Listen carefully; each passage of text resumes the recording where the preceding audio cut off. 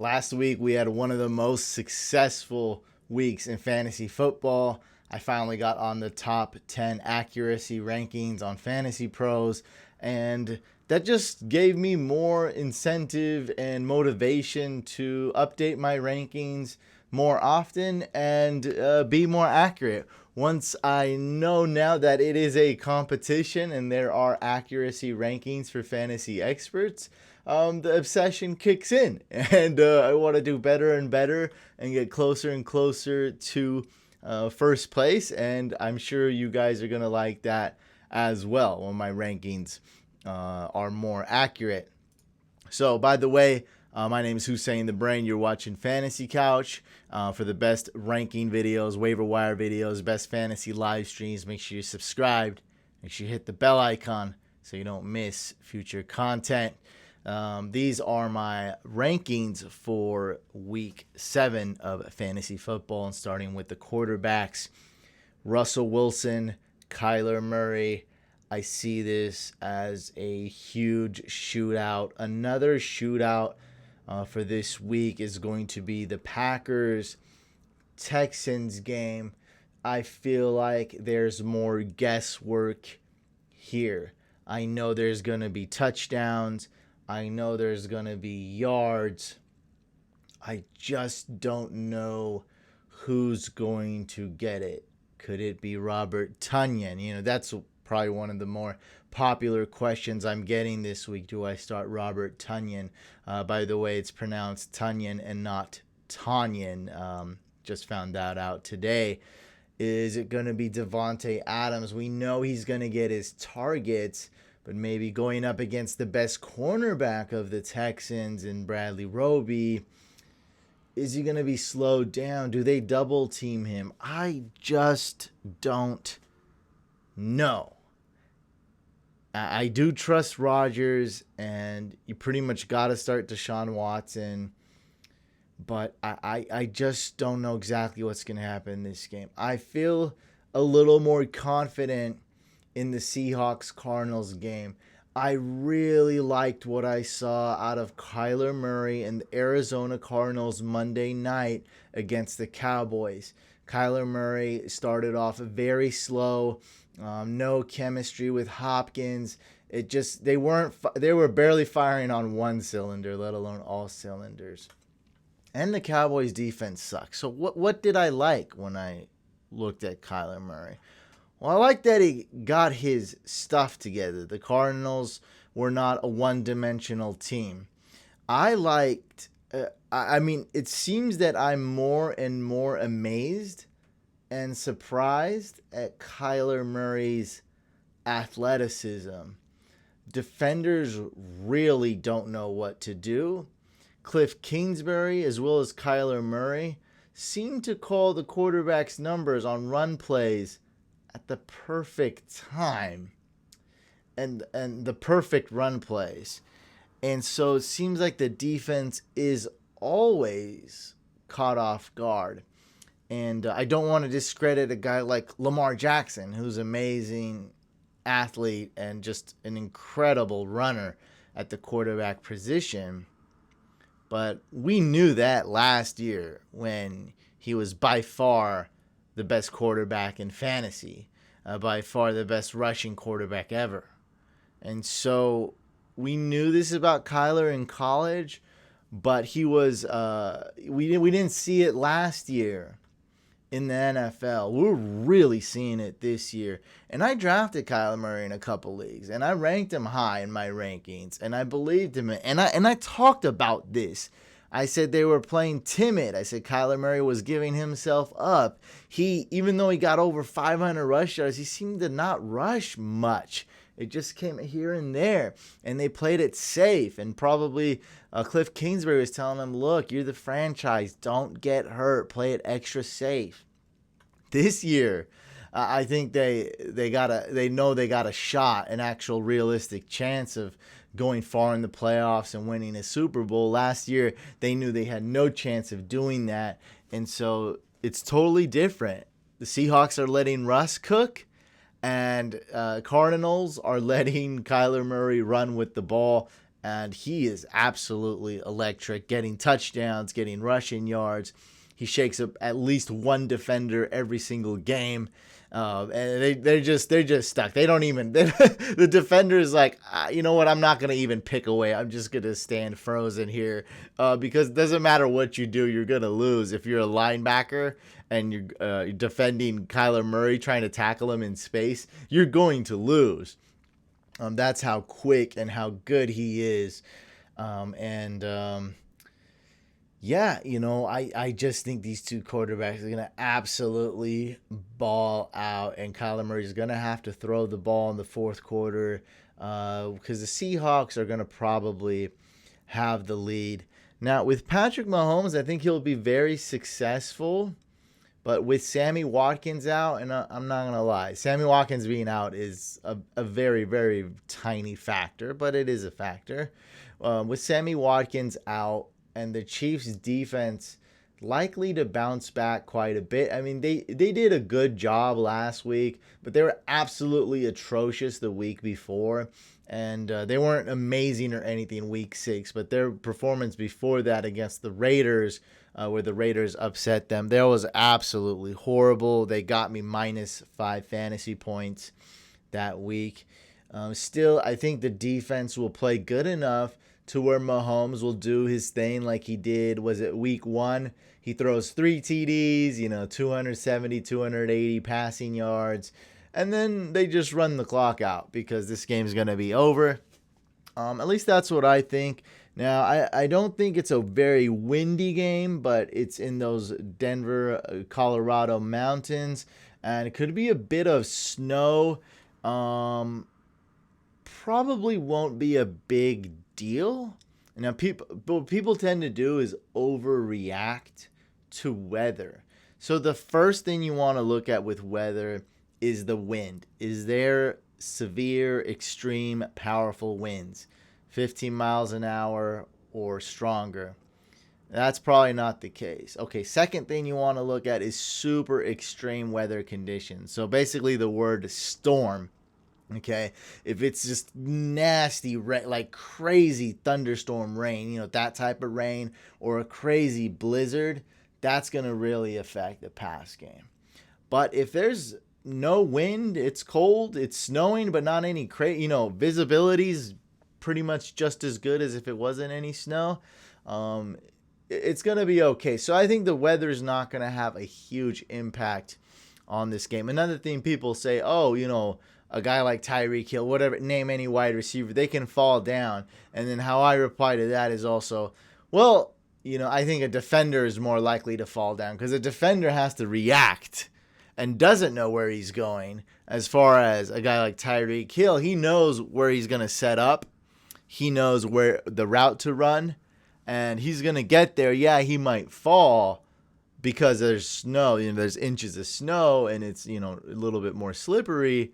But also the defender probably has a higher chance of falling because he has to react to the elite speed of Tyreek Hill. And so, yeah, that was a little weather tangent.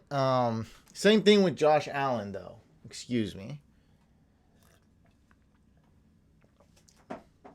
Same thing with Josh Allen. The Bills' defense is absolutely going to dominate. And, man, I really want to rank him lower. But with that rushing upside, we've seen the running backs not really do much. With those rushing stats, it gives him a nice floor. And if he gets in the end zone running with the ball, that's going to be huge. And so I just don't want to rank him too low because his floor is so dang high. I mean, who's even thinking of benching Josh Allen? Now, Aaron Rodgers, he'll do great in everything, but it could be an Aaron Jones game. Might even see Jamal Williams. When those running backs are on fire, we already know this team's going to win. And the coach, Matt LaFleur, knows that as well. Matt Ryan's at home going against the Lions. That's a sweet matchup. And then Justin Herbert, who is already turned into a fantasy QB1. Got to start him against the Jags. Teddy Bridgewater, I love him this game. Game script is good. He'll need to throw the ball in the fourth quarter. It should be a high-scoring game. Absolutely love it. Cam, I don't know what's going on with Cam and the Patriots. It's been a crazy year where Cam was looking like he could win MVP. Now it's not. And then just really quick, this is probably the last quarterback I want to talk about, was Big Ben. I love him this week. And he's going up against the Titans, who score a lot. They're a good offense. 2 undefeated teams here, by the way. Now, I'll just say this. He's going to have to throw the ball more than he did before, right? Was the last team they faced, the Browns, where he threw the ball one time and then the game was basically over. Browns got absolutely crushed, demolished. They got their soul ripped out. They got shredded. The Steelers defense took over the game. Now that their starting linebacker, Devin Bush, is injured out for the year, that's going to theoretically take their defense down a notch. It is going to take their defense down a notch. And then theoretically, that would mean the Steelers need to throw the ball a little bit more. And that's just a small factor for this week. It will be a factor, though, definitely throughout the year. But that compiled with them going up against the good Titans team means that Ben has at least more upside. So even though I have him ranked 15, he is a very, very good start. Just goes to show how deep the quarterback position is, even though we have some bye weeks. Two reasons I'm ranking Joe Burrow higher.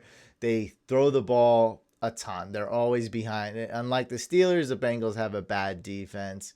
And Joe Burrow has some nice rushing stat bonus right there.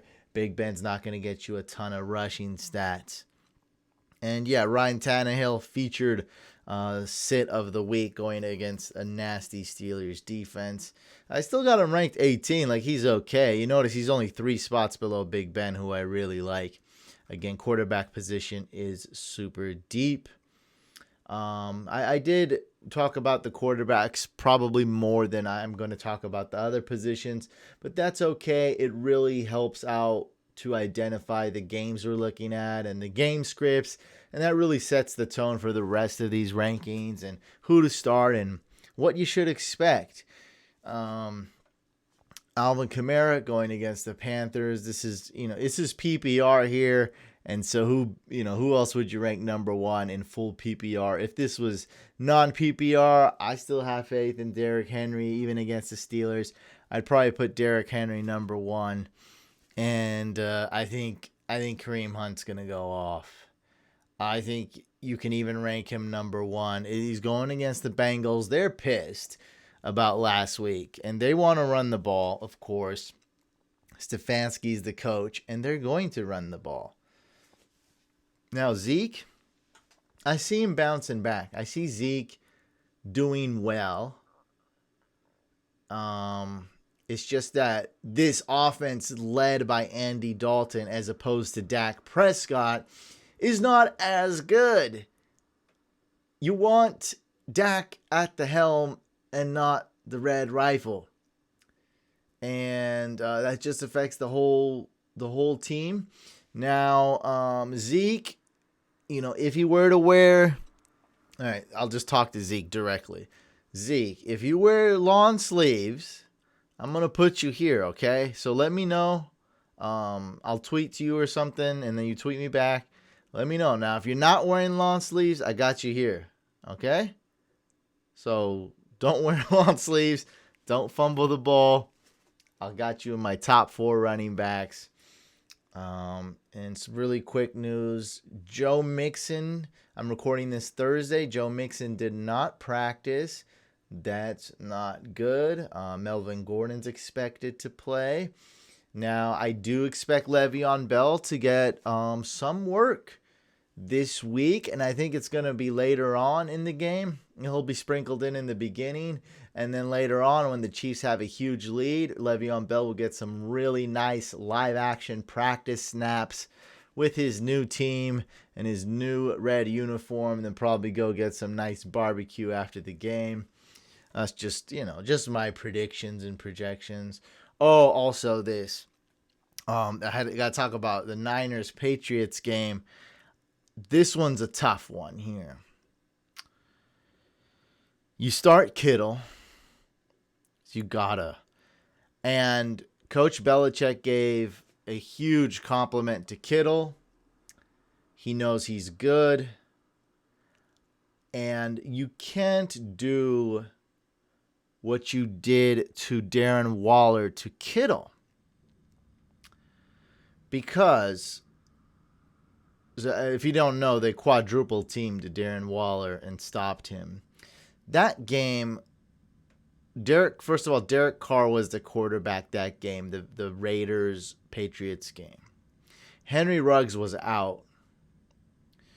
And so we knew, there's no one that throws for less air yards per game than Derek Carr.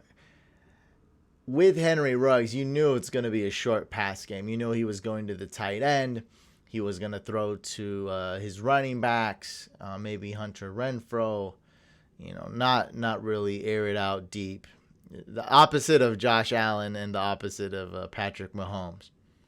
And you knew Darren Waller was going to get targeted. Now, they shut him down. You can't really do that with Kittle, who is an amazing blocker. So, if you just got, if you got Kittle blocking, it's so much more intricate than that. I'm just saying, I know it's going to be much, much, much, much more difficult to double team or triple team George Kittle. Shanahan, he's too smart. He's way too tricky. He's going to make Kittle look like a blocker and not. He's going to make it look like a run play and it'd be a play action. He's going to make, Kittle fall on purpose and get up and go the other way. Because the way they use Kittle, it could be a waste a lot of plays to double team Kittle in the pass game. And Kittle loves contact. Like he's like I said, he's a great run blocker, great pass blocker. Like he loves to hit defenders. With that being said, anything could happen in this game. Kittle might have a bad game, might have a great game. I wouldn't be surprised. When I say bad game, I mean just strictly fantasy-wise as a receiver. I'm sure he'll be a great blocker. With that being said, Jerick McKinnon, I have him as a start this week. I like him in PPR leagues. The Patriots, they all opted out. They really don't have too many weapons to match up against McKinnon. Now, they definitely don't have enough weapons to match up against Kittle and McKinnon.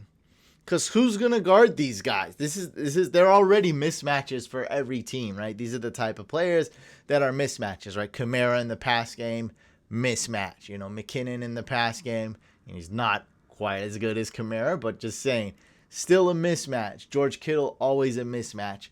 There's only enough defenders out there, defensive players for the Patriots to defend these guys. So, yeah, if you double team Kittle, it'll probably work. But then who's going to guard McKinnon? Now, if you have a safety or even a cornerback on McKinnon on third downs, if you have a guy who's, okay, I'm just defending the pass against McKinnon, I'm treating him as a receiver, then who's going to defend Kittle, right? And so, yeah, you can double team Kittle on that play. And now Debo is going to be, he's going to run the ball for 25, 30 yards and score a touchdown. And so you just can't defend everybody that way. Not the same way you defended the Raiders. It's not going to happen. And with all this being said, maybe McKinnon gets another 3 carries. I think his nickname in fantasy is Jerick 3 Carry McKinnon. And Hasty goes off. Also don't know what's up with Jeff Wilson. But this is going to be just an exciting, amazing game. And not a revenge game quite for Garoppolo. I believe he's a ton of respect for the Patriots. And Belichick, traded him. Not out of spite, he didn't want to even trade him. So I think that's the utmost respect they have for each other, the Patriots organization and Jimmy G. But it's going to be, it's going to be a great game. I have a feeling this one's going to be a close game. But nonetheless, I like McKinnon in the pass game and open field. I think he's going to be good. The reason I have Montgomery, I have him ranked pretty high, is because he has a great floor, lots of volume. He's basically getting all the offensive snaps and all the work in the backfield since Tariq Cohen's been out. Gibson I have ranked high because of the tremendous upside against the Cowboys. And, David Johnson. This could be a game where David Johnson is just too easy for him not to score a touchdown or two. Okay, let's move on to wide receivers. Last week was a Julio game. I mean, both Julio and Calvin Ridley went off, but last week was definitely more of a Julio game. This week, do we flip-flop? Maybe it'll be a Calvin Ridley game. Who knows? Matchup is great, though, for both wide receivers. This could be the game we see Gibson. Gibson could have his best game, or at least match the game he had against, I believe it was the Ravens, 20-point performance, something around that range. And then we could definitely see, this is what I predict. This is going to be Scary Terry's best game of the season going against the Cowboys.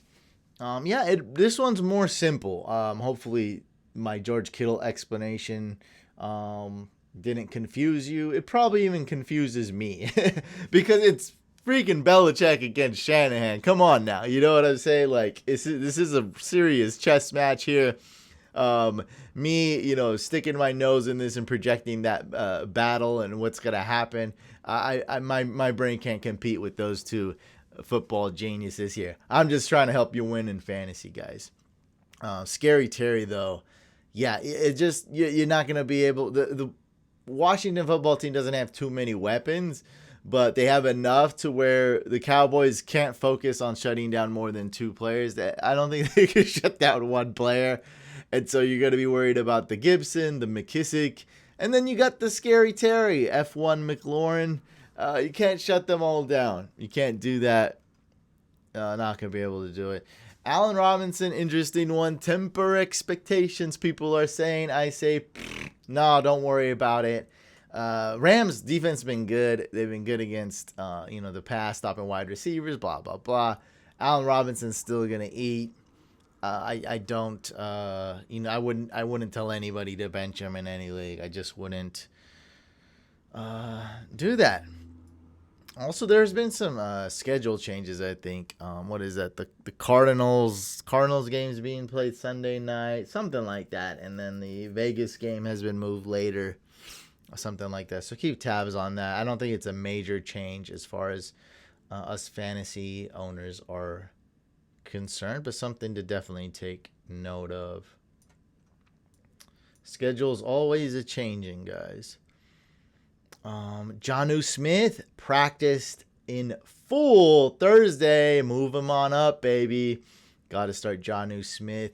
And my super duper start of the week is going to be Jared Cook going against the Panthers. Mike Thomas is either going to be out, he's going to be a decoy, or he's going to be limited. So he's not going to be 100%. And Jared Cook should get a ton of targets. And, that's one of the good things about having Kamara. Maybe Kamara gets 30 fantasy points and does everything. Or maybe he doesn't get 30 fantasy points. Maybe he gets 20 or under. And guys like Jared Cook are going to be wide open. This team's fully rested. Everyone should be good to go except Mike Thomas, who we don't know what's going on with that guy. Again, we've had this before. Buccaneers tight ends have a great matchup against the Raiders. Which tight end's going to do something? It could be Cameron Brate. But it could be Gronkowski. Good luck figuring all that out. We got to move Tunyon up, right? Yeah, let's move him up.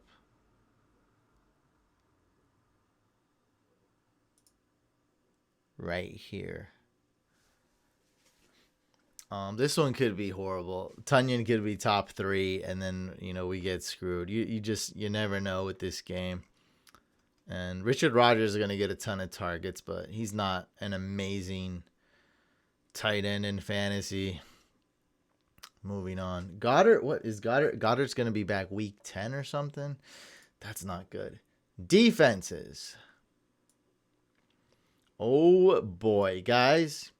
Jamison Crowder, I think he missed practice today. Pretty sure he missed practice. Oh, Mike Thomas officially did not practice today. Noah Fant upgraded to full. Let me go look at Noah Fant. And I'm pretty sure Jamison Crowder did not practice. Where is Noah Fant? There he is. I love Noah Fant this game. So let's move him. Oh, that's going to be tough, but if you got Fant, you're starting him, right? Like, come on. Come on. By the way, guys, I do update my rankings on fantasycouch.com. Link is below in the description and in the pinned comment. So if you guys want to check the written rankings, and also I update them several times a week, at least 2-3 times after I post this. So make sure to check out fantasycouch.com, or just below, I got the link for you. With Jamison Crowder out, the Bills go from the number 1 best defense this week all the way up to number 1. They're just even more number 1-ish. Like, this is how crazy it is. Bills, Jets, Bills are going to bounce back. Like, Bills D is just going to, it's just amazing. This the sweetest matchup. Jets are 100% tanking. Their head coach is Adam Gase. I mean, do we need any more analysis? Like, this is a no-brainer. Steelers D, tough matchup, but I still like them. And like I talked about, the Chiefs D, I think they're going to bounce back. Eagles play the Giants Thursday night. That could be a poop fest. We might see an exciting poop fest game, though. Who's going to win the NFC East, right? Who's going to win it? Okay, let's go. And by the way, the Raiders situation, keep tabs on that. Keep tabs on their O-line. That's a scary situation that you need to monitor. Any Raiders or Bucks players definitely needs to be monitored with that. And Joey Sly is on the special reserve list. So keep tabs on that. My favorite kickers that I'm adding off free agency or waivers are Michael Badgley. I already had Matt Prater, so Matt Prater and Tyler Bass if you want a sleeper. I have a really good gut feeling about Tyler Bass. He's going to have his biggest fantasy game this week going against the Jets. And all these kickers here are pretty good. Yeah, even Jason Myers is pretty good. I'd say right around here. The top, as long as you have one of these top 13. Here, let me put it like that. Jason Myers or above, you're in good shape, I think. Man, I really don't trust Zerline.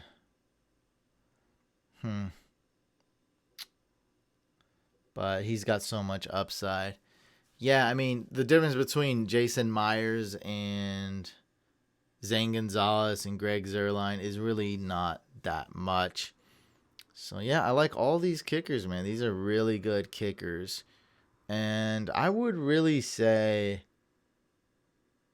See, the thing with Zane Gonzalez is he has tons of upside, but he doesn't have much of a floor. It's a little bit of a scarier game. I don't know what's going to happen, especially if the Cardinals are trailing. They probably don't want to kick too many field goals. So, yeah, these are the kicker rankings. By the way, guys, I do read every single comment. So if you want a second opinion in fantasy or have a fantasy football question, go ahead and ask it below. Leave a comment. I always respond except for the weird questions that are really long and I don't understand. I just be like, I don't know what you're talking about.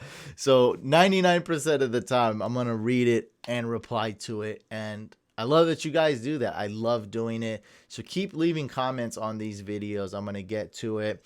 Rankings, again, the written and updated versions below in the description. You can find a link. I'll also have it in the pinned comments. It's fantasycouch.com. Make sure you subscribe to this YouTube channel. And you guys don't want to miss these future live streams I got going on this week. We also are going live on the second YouTube channel, Fantasy Couch Podcast. You don't want to miss it. So subscribe to both channels. Smash the thumbs up if you liked it. If you didn't, smash the thumbs down. Good luck this week, guys, in fantasy football. Let's crush it. Let's get that W.